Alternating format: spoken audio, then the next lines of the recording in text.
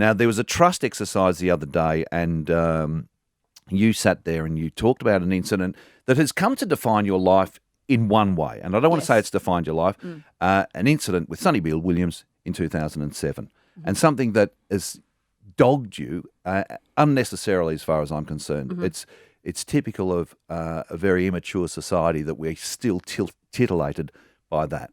Now, you talked about how that is problematic for you as a mother, because one day you're going to have to explain that to your daughters. And that really struck me too. But you were very honest about the whole thing, particularly about the fact that it nearly drove you to commit suicide. Yes. Which is a serious and incredibly large problem at the moment. And if this is going to trigger anyone, Lifeline, 13 11 14. Let's have a listen to how you spoke about that 2007 incident and how it affected your life.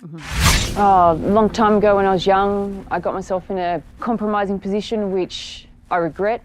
It had huge impact on my family, huge. Too many drinks. Yes, I'd made a mistake, but is that really worth every single day the media trying to drag me down? I don't think so. I remember sitting on the side of the street, not being able to take it anymore, just thinking, if this is what life's about, then I can't take it anymore. So what turned you around from the inevitability of that point? What brought you back from the edge? Well, I'll go back. So I remember just driving around and not knowing where I was going in life. It got so bad. When you would say you were driving around, were you thinking about literally in the committing car? suicide? Yeah, most definitely. Right. I had enough. I saw the pain that I'd caused my family. I'm very close to my family. It was relentless in so many ways. It was just, I was the worst person. I was disgusting. I was, every name. The media was slut-shaming you. Absolutely. Wholesale. Wholesale. And you'd been a bit of an it girl. You'd been on red carpets. You'd had some success. Of course, Sonny Bill Williams isn't being focused on. He was part of it too. There's a 50%, takes two to tango, but the focus is on you, and they are destroying you. Yeah, and I couldn't cop it anymore. It was just, no matter what I did, I was just always shamed. So I got to the point where I thought I either commit suicide, I take my own life, or I just turn my life around. And Whoa. I don't know if I would have followed through with the action, but I needed to get to that point to realize I need to do something different with my life. And that's when I decided that I wanted to become a serious athlete. Even though I was professional, I sort of went by the wayside for a bit. I wanted to become and I just had to move out of Sydney, so I moved to Western Australia. I needed to give my parents and my family some space.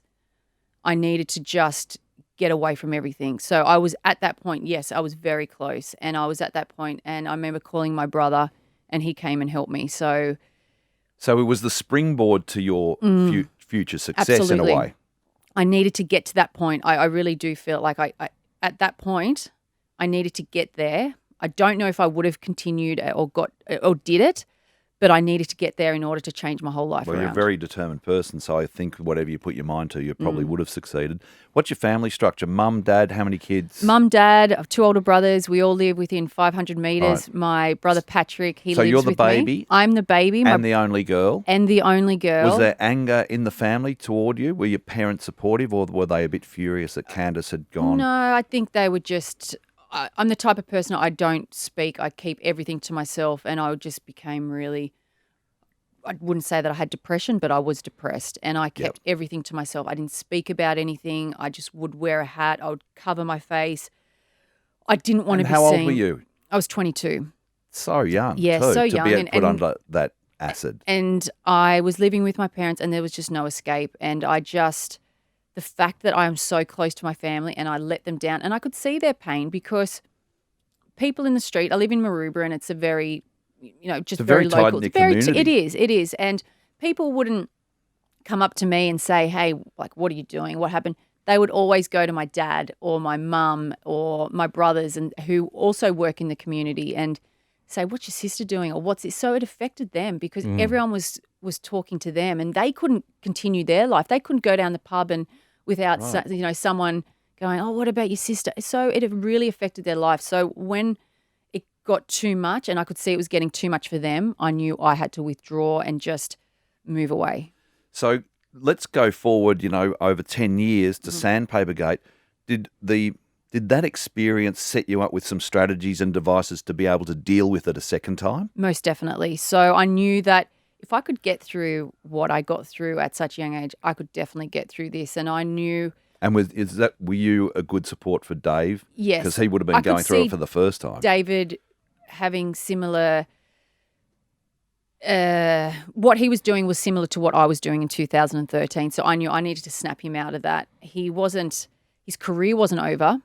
He just needed to remember that and know that after that year, he needs to be ready. If he got that opportunity to play for Australia, and he needs to be ready. So I needed to make sure that he wasn't down in the dumps. He wasn't depressed. He just got himself so physically ready that when his opportunity came, he was going to strike and score runs for his country again. And that's what he did. And so you've ridden that wave. That is life, isn't it? It has is. its ups and its downs. It most definitely does. And I think everyone makes mistakes. But yes, they do. And it's, especially when they're young and 22.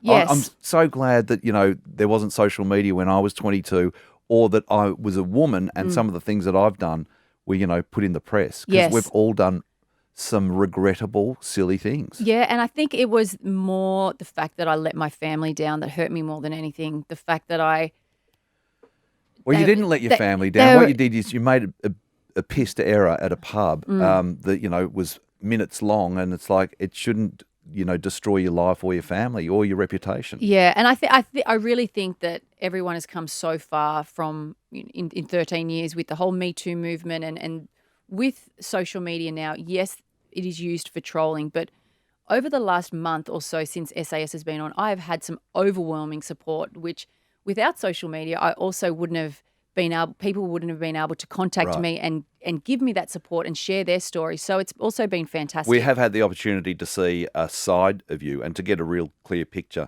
of you, Candice. So thanks for being so frank with us too. No, and, I'm all about being honest. And yeah. I think going on the show, it was important that I was honest with everyone so that people could see the real side of me. They only see what I guess at times the media have made me out to be, but I am more than that, and I'm so glad that people can see that now. This is Moon Man in the Morning, Sydney's 104.9 Triple M.